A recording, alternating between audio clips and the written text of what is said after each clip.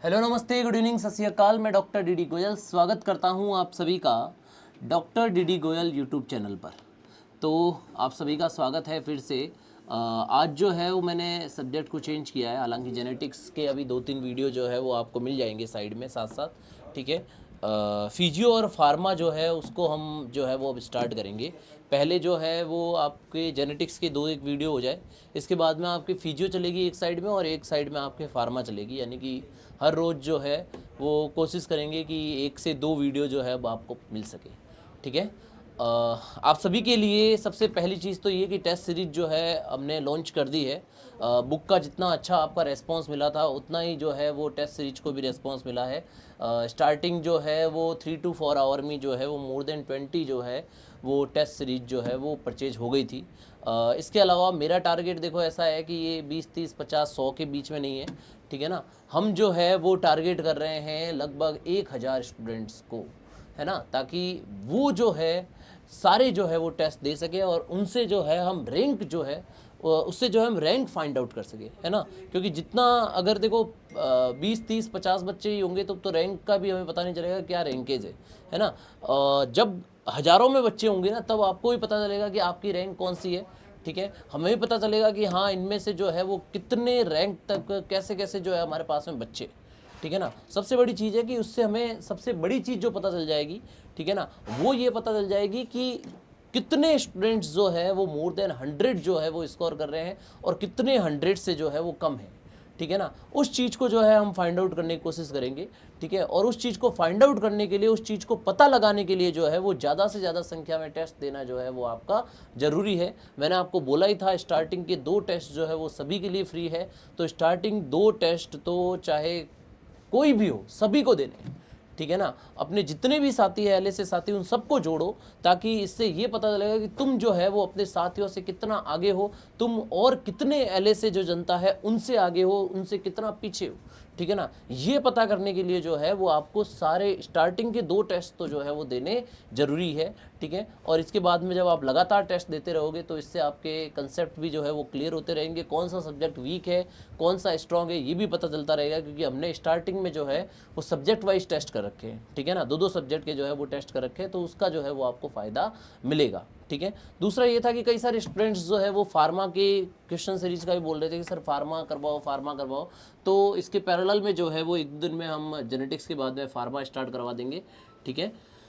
एक दिन बीच में क्लास नहीं हो पाई थी तो मैंने आपको कहा था कि क्लासेज जो है वो कंटिन्यू होगी। अगर किसी दिन जो है वो एक क्लास नहीं हो पाती है, हम अगले दिन कोशिश करेंगे कि 1 से 2 क्लास जो है वो अगले दिन डाल पाएँ।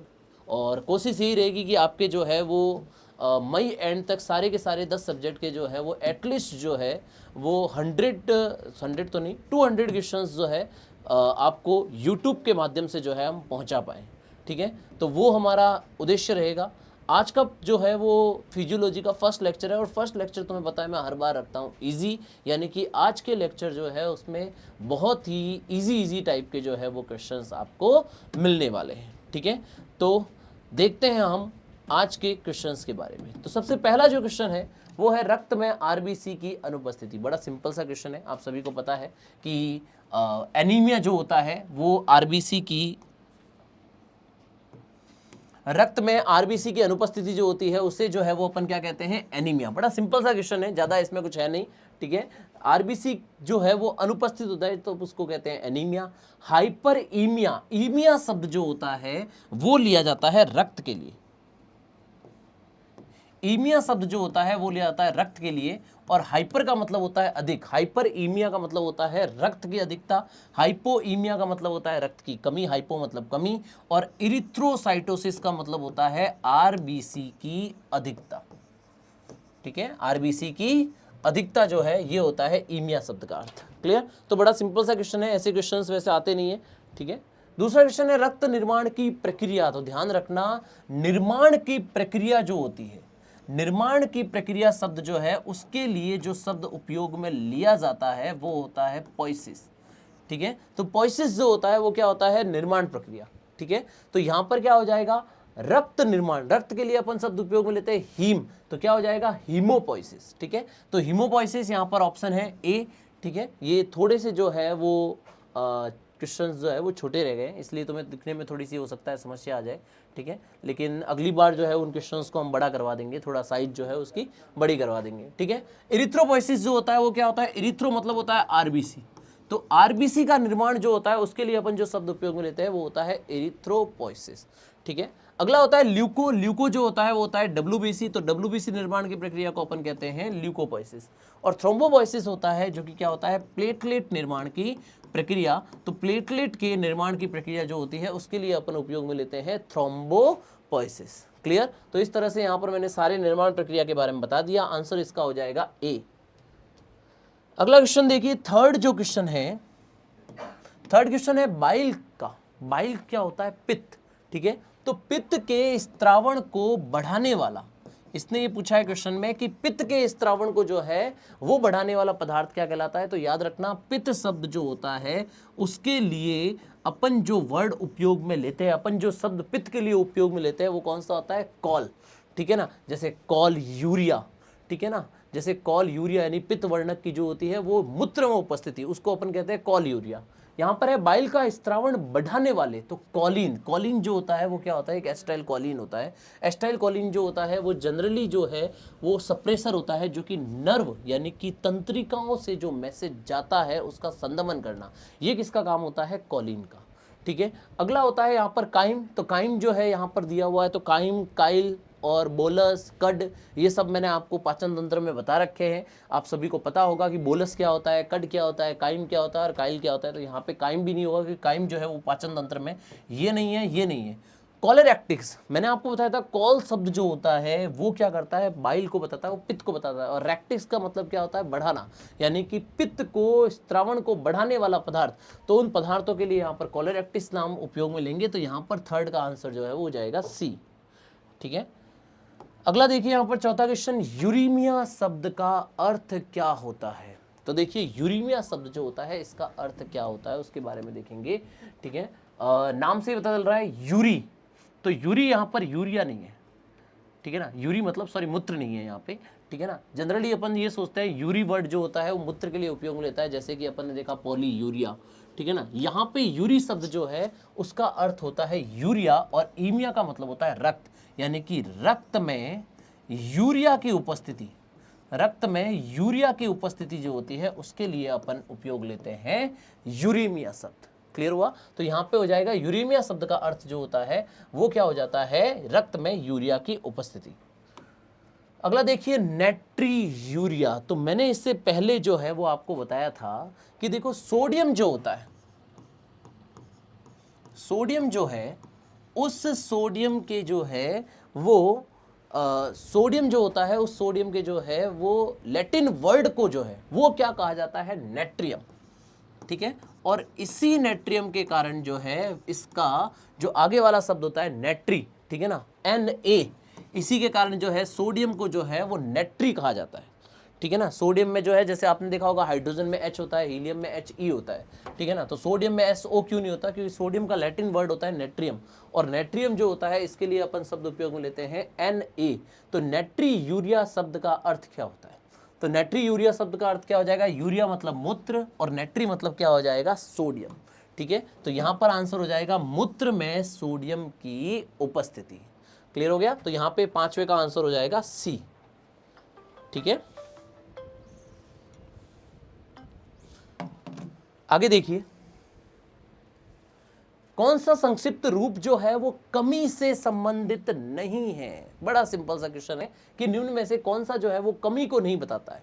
तो देखो हाइपो, ब्रेडी, पॉली और ओलिगो, नाम से पता चल रहा है पॉली अपन किसके लिए लेते हैं, ज्यादा के लिए, है ना। तो यहाँ पे देखो हाइपो कमी के लिए है, ब्रेडी कमी के लिए है, ओलिगो भी कमी के लिए, ठीक है ना। तो आंसर क्या हो जाएगा यहाँ पे, पॉली जो होता है वो कमी के लिए नहीं होता, ठीक है। एक दो और चीज है, एक चीज ये थी कि है ना कई सारे बच्चे जो है वो ये पूछ रहे थे कि सर जो है वो आप लाइव जो है वो कब से लेंगे। तो जल्दी जो है वो आपके लिए लाइव क्लासेस का भी जो है वो हम अरेंजमेंट करेंगे और लाइव में जो है आपके क्वेश्चंस जो भी होंगे उनके डाउट सॉल्यूशंस का भी जो है वो आपके लिए जो है वो अवेलेबिलिटी जो है हो सके तो वो करवाएंगे। दूसरी ये चीज़ थी कि कुछ बच्चे जो है वो बोल रहे थे कि बॉस जो है वो पूनिया बॉस को भी जो है वो आप लेके आइए आपने प्लेटफॉर्म पर, ताकि वो जो है वो टेस्ट का या कोई ना कोई सॉल्यूशन या जो भी आपके डाउट्स है उनके बारे में बता पाए। तो जी हाँ, बिल्कुल हम जो है अगर आप नंबर ऑफ़ टेस्ट पेपर्स जो कि आपको जो मैंने बताया था कि आप जो है वो लगातार टेस्ट जो है वो ख़रीदते रहेंगे, ठीक है, और जितने ज़्यादा नंबर्स में जो है वो बच्चे कलेक्ट हो जाते हैं तो इसके बाद में जो है वो टेस्ट के सॉल्यूशन के लिए गायनी सर्जरी इन दोनों पेपर के सॉल्यूशंस के लिए जो है हम पूनिया जी को भी लेके आ जाएंगे, ठीक है। तो आप कोशिश कीजिए पहले तो, ठीक है, कि ज़्यादा से ज़्यादा नंबर्स में जो है वो आप लोग जुड़ पाए, ठीक है। चलिए अब इसके बाद में देखिए अगला क्वेश्चन, निम्न में से कौन सा संक्षिप्त रूप जो है वो आधिक्य से संबंधित है? निम्न में से कौन जो है वो अधिकता को बताता है, यहां पे वो देखना है। तो बड़ा सिंपल सा, हाइपो, हाइपो मतलब तो होती है कमी। पोइसिस, पोइसिस शब्द जो है वो उपयोग लिया जाता है किसके लिए? निर्माण के लिए, ठीक है। टैकी, टैकी मतलब होता है अधिकता, और ईमिया मतलब जो होता है वो होता है रक्त। तो यहाँ पे सिर्फ और सिर्फ एक ही ऐसा शब्द है जो कि किसको रिप्रेजेंट कर रहा है? अधिकता को। ये आंसर हो जाएगा इसमें सी, ठीक है। इसके बाद में देखिए नेक्स्ट क्वेश्चन, एरिथ्रोपोइसिस, ये भी मैंने आपको बताया ही था। एरिथ्रोपोइसिस क्या होता है? आरबीसी का निर्माण। ल्यूकोपोइसिस हो जाएगा डब्ल्यूबीसी का निर्माण, और हीमोपोइसिस जो है वो हो जाएगा रक्त का निर्माण। अगला देखिए, मूत्र में रक्त अथवा आरबीसी का आना क्या कहलाता है? यदि मूत्र में जो है वो आरबीसी उपस्थित होती है, पहले तो ये रोग की सिंबल होता है, ठीक है, हिमेचूरिया और हीमोग्लोबिनूरिया। आपने जो है वो दो अलग अलग के बारे में पढ़ा होगा, किसी में लाल रंग होता है, किसी में कॉफ़ी रंग होता है, पीपीएच, बबेशियोसिस, एनाप्लाज्मोसिस, ऐसे रोग जो है वो आपने मेडिसिन में बड़े अच्छे से पढ़े थे। और जिसने नहीं पढ़े हैं उनके क्वेश्चंस जो है वो अपन जरूर करेंगे मेडिसिन जब अपन करेंगे, ठीक है। अभी तो बड़ा इजी चल रहा है और क्वेश्चंस, नंबर ऑफ क्वेश्चंस भी कम है, और दूसरा मैं थोड़ा सा बिजी हूँ आपके अच्छे अच्छे टेस्ट पेपर्स और आपके जो बुक है उसका, उसमें अगर कोई गलती अगर रह गई है तो उसको क्लियर करने में, ताकि जो भी न्यू बुक आए उसमें कोई जो है वो गलती ना रहे, ठीक है। आपको भी अगर लगे कि कोई बुक में जो है वो एक आधी कोई मिस्टेक आ रखी है या कोई क्वेश्चंस जो है, ठीक है, उसमें दिक्कत आ गई है, तो आप जो है वो 7877445621 वाला नंबर जो है उस पर मैसेज कर दें। आपको जो भी उसके बारे में सही है या गलत है या जो चेंजेस कर दिया गया है उसके बारे में आपको बता दिया जाएगा, ठीक है। ये ध्यान रखना। आपको अगर कोई डाउट लगता है आप बेफिक्र होकर जो है वो मैसेज कीजिए।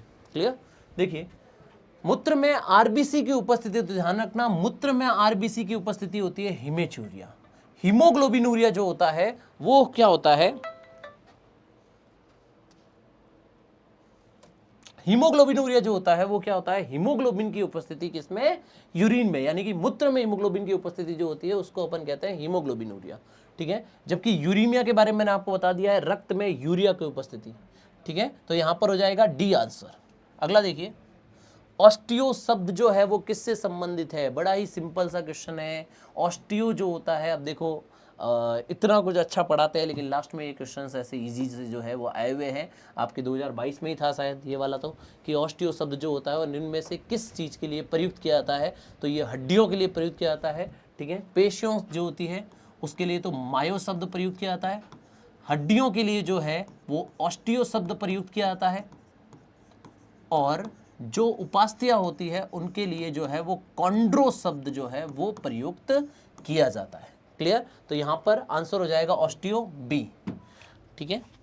अगला क्वेश्चन देखिए, अगला है कॉन्ड्रो शब्द जो होता है वो किसके लिए प्रयुक्त किया जाता है? तो कॉन्ड्रो शब्द जो होगा वो मैंने आपको बता दिया, उपास्थियां जो होती है। देखो, अस्थियां और उपास्थियां क्या होती है? मेरे जैसे ये हाथ है, इस हाथ में अंदर की तरफ जो है वो हड्डियां हैं, ठीक है ना, वो अस्थियां हैं। और उपास्थि कौन सी होती है? ये वाली, जो ज़्यादा ना तो हार्ड होती है ना ही ज़्यादा सॉफ्ट है। और जो पेशियां होती है वो क्या होती है? सॉफ्ट होती है, ठीक है ना। तो पेशियां सॉफ्ट होती है, हड्डियां जो होती है वो हार्ड होती है, और इन दोनों के बीच में होती है उपास्थियां। ये यहाँ पे कार्टिलेज, जो थायराइड कार्टिलेज वगैरह होती है, लैरिंग्स में जो पाई जाती है, वो सारी जो होती है वो क्या होती है? वो मीडियम सॉफ्ट होती है ना। मीडियम मतलब ना ज़्यादा हार्ड होती है ना ही क्या सॉफ्ट होती है, ठीक है। अगला क्वेश्चन इसके बाद में देखिए, 12वां क्वेश्चन, हिमेटोक्रिट शब्द का अर्थ क्या है। अब जो क्वेश्चंस आएंगे वो थोड़े से अच्छे क्वेश्चंस है कि हिमेटोक्रिट जो है उस शब्द का अर्थ क्या होता है।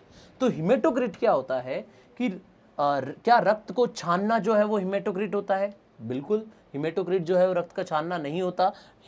रक्त को छानना जो होता है उसके लिए अपन लेते हैं डायलिसिस। ठीक है, रक्त को छानना ये अपन जो है वो डायलिसिस इसके लिए प्रयुक्त करते हैं। रक्त से कृत्रिम विधि द्वारा नाइट्रोजन पदार्थ को अलग करना, ठीक है ना, तो कृत्रिम विधि द्वारा जो है वो यदि क्या किया जाए, अगर नाइट्रोजनी पदार्थ को अलग किया जाता है तो उसको जो है वो अपन कहते हैं आर्टिफिशियल हीमोडायलिसिस। आर्टिफिशियल हीमोडायलिसिस जो है इसे अपन कहते हैं। तीसरा था हिमेटोक्रिट में रक्त तत्वों को अलग करना, तो ध्यान रखना आरबीसी, डब्ल्यूबीसी, प्लेटलेट और अन्य पदार्थ। ध्यान रखना हिमेटोक्रिट जो है वो डायलिसिस नहीं है, हिमेटोक्रिट डायलिसिस नहीं है। हिमेटोक्रिट अलग है। हिमेटोक्रिट का अर्थ क्या होता है, यदि किसी रक्त को जो परक नली में या फिर विंट्रोप ट्यूब या किसी ट्यूब में रखा हुआ है उसे जो है वो सेंट्रीफ्यूगेशन मशीन में डाल करके आप उनमें उपस्थित तत्वों को जो है उनकी डेंसिटी के अकॉर्डिंग जो है, यानी कि उसके घनत्व के अनुसार जो है वो अलग करते हैं, उसे अपन क्या कहते हैं, हिमेटोक्रिट कहते हैं। क्लियर? तो यहां पर आंसर हो जाएगा इसका सी। ठीक है, और रंगीन कोशिका जो होती है वो क्रोमोफिल कोशिका होती है। आगे देखिए, उत्सर्जन तंत्र से संबंधित जो है वो शब्द इनमें से कौन सा है, तो डिस्पनिया। प्निया शब्द जो होता है वो किसके लिए होता है, श्वसन के लिए। ठीक है, प्निया शब्द जो है, अब याद रखना आपके पहला टेस्ट जो है वो फिजियो का है और एना का है। ठीक है ना, जो आपके पहला टेस्ट 20 को है, आज 18 हो गई, 20 को जो पहला आपके टेस्ट है वो कौन सा है, एनाटॉमी का है। तो अच्छे से तैयार कर लेना। ठीक है, इसीलिए आपको पूरा टाइम दिया। हम चाहते तो जो है वो 18 अप्रैल आज को ही स्टार्ट कर सकते हैं, मेरी तरफ से जो है पेपर रेडी है। ठीक है ना, लेकिन मैंने टाइम इसलिए दिया है ताकि आप 2 सब्जेक्ट को जो है वो अच्छे से पूरी तरह से पढ़ लो। ठीक है ना, और इसके बाद में जो है वो आपके पूरे के पूरे क्वेश्चंस जो है उनके डाउट सॉल्यूशन आपको अच्छे से जो है वो करवाए जाएंगे। दूसरी चीज़ें, कोई अगर ऑफलाइन देना चाहता है टेस्ट, ठीक है, तो वो भी जो है वो कांटेक्ट कर सकता है हमारे नंबर पे। ठीक है ना, उसके लिए ऑफलाइन टेस्ट की भी अवेलेबिलिटी जो है हम करवा देंगे। ठीक है, मेनली अभी जो है वो ऑनलाइन पे फोकस है, ऑनलाइन पे जो है आप सभी को टेस्ट देना है। ठीक है, ऑफलाइन के लिए जो है आप जो है वो नंबर पे कांटेक्ट कर दीजिए, आपको बता दिया जाएगा कि ऑफलाइन का जो है वो क्या चार्जेस है और किस तरह से जो है वो आपको टेस्ट देने हैं। क्लियर? तो उत्सर्जन तंत्र, डिस्पनिया, तो डिस्पनिया यानी कि श्वसन में कठिनाई, क्या ये उत्सर्जन से संबंधित है? प्निया शब्द जो है वो कभी भी श्वसन से संबंधित, उत्सर्जन से संबंधित नहीं है। निमोनिया, निमोनिया में क्या होता है भाई कि फेफड़े जो होते हैं उसमें पानी भर जाता है, तो फेफड़े है इसका मतलब इसका किडनी से लेना देना कोई भी नहीं है। डायलिसिस में भाई है किडनी से लेना देना, क्यों? क्योंकि ये क्या है, डायलिसिस का मतलब रक्त को छानना, और रक्त को छानना किसका काम होता है, किडनी का, है ना। एप्निया का मतलब श्वसन का बंद हो जाना, तो ये भी इससे संबंधित नहीं है, तो आंसर हो जाएगा यहाँ पर सी। 13 क्वेश्चन का जो है वो आंसर हो जाएगा सी। हीमोडायलिसिस, अभी मैंने आपको बताया था, हीमोडायलिसिस का मतलब क्या होता है कि रक्त को जो है वो छाना जाता है, कृत्रिम विधि द्वारा जो है वो नाइट्रोजन पदार्थ को जो है वो अलग किया जाता है, उसे जो है वो अपन क्या कहते हैं, हीमोडायलिसिस कहते हैं। क्लियर? अखाद्य पदार्थों को खाना जो है वो क्या कहलाता है, तो देखो शरीर में, कुछ पशुओं में शरीर में जो है वो क्या हो जाती है, लवणों की जब कमी हो जाती है, तो लवणों की कमी के कारण जो है वो क्या हो जाता है,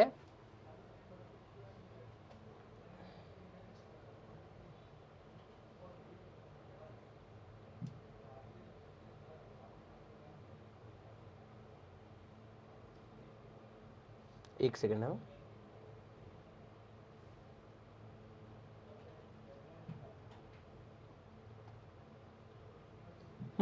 चलिए, तो देखिए, अरे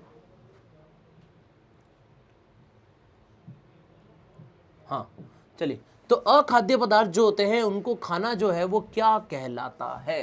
अखाद्य पदार्थ का अर्थ क्या हो गया कि यानी कि ऐसे पदार्थ जिनको जो है वो खाने में प्रयुक्त नहीं किया जाता, उनको भी यदि खाने में प्रयुक्त लिया जाता है तो ऐसा क्या होता है, देखो पशुओं में क्या होता है कि कुछ मिनरल्स, कुछ लवण जो होते हैं, कुछ न्यूट्रिएंट्स जो होते हैं वो बॉडी को चाहिए होते हैं, और वो जब बॉडी को नहीं मिल पाते हैं तो उस समय वो अन्य पदार्थों को खाने लग जाता है, और इसको अपन कहते हैं एलोट्रायोफेजिया। इन्फेंटोफेजिया का मतलब होता है कि नवजात को जो है वो खाना, उसे अपन कहते हैं इन्फेंटोफेजिया। और ऑस्टियोफेजिया जो होता है वो हड्डियों को खाना जो है वो क्या कहलाता है, वो कहलाता है ऑस्टियोफेजिया। तो यहां पर 15वें का आंसर जो है वो हो जाएगा ए। 16वां हाइड्रोफोबिया। हाइड्रो शब्द जो है वो हमेशा जल के लिए, पानी के लिए उपयोग में लिया जाता है, और फोबिया का मतलब होता है डर। ठीक है, तो जल से डर लगना ये जो होता है वो रेबीज का लक्षण है। ठीक है, रेबीज रोग जो होता है उसमें हाइड्रोफोबिया पाया जाता है, और हाइड्रोफोबिया जो होता है उसका अर्थ क्या होता है कि जल से जो है वो डर लगने लग जाता है। आंसर हो जाएगा इसका बी। अगला देखिए, खाना खाने की इच्छा। खाना खाने की इच्छा जो होती है उसके लिए कौन सा शब्द उपयोग में आता है? बोलस, फेजिया, एपेटाइट या रिगर्जिटेशन?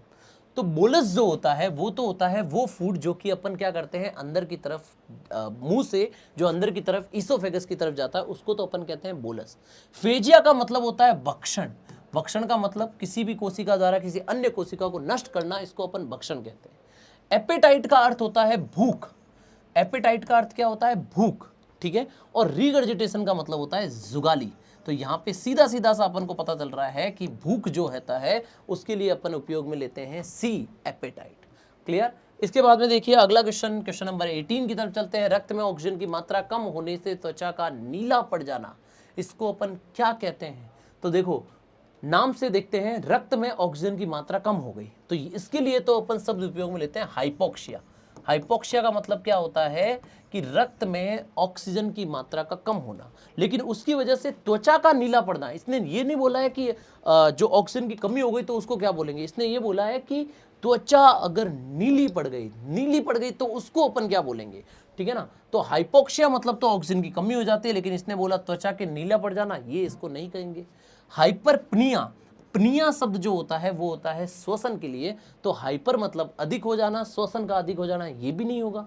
टेकिप्निया में भी क्या होता है? श्वसन का अधिक हो जाना, लेकिन एक ऐसा ऑप्शन है जिसमें क्या पड़ने लग जाता है? त्वचा नीली पड़ने लग जाती है, और इसको अपन कहते हैं साइनोसिस। क्लियर हो गया आप सभी के? तो आंसर हो जाएगा यहाँ पे 18 का सी। क्लियर? देखिए इसके बाद में 19 क्वेश्चन।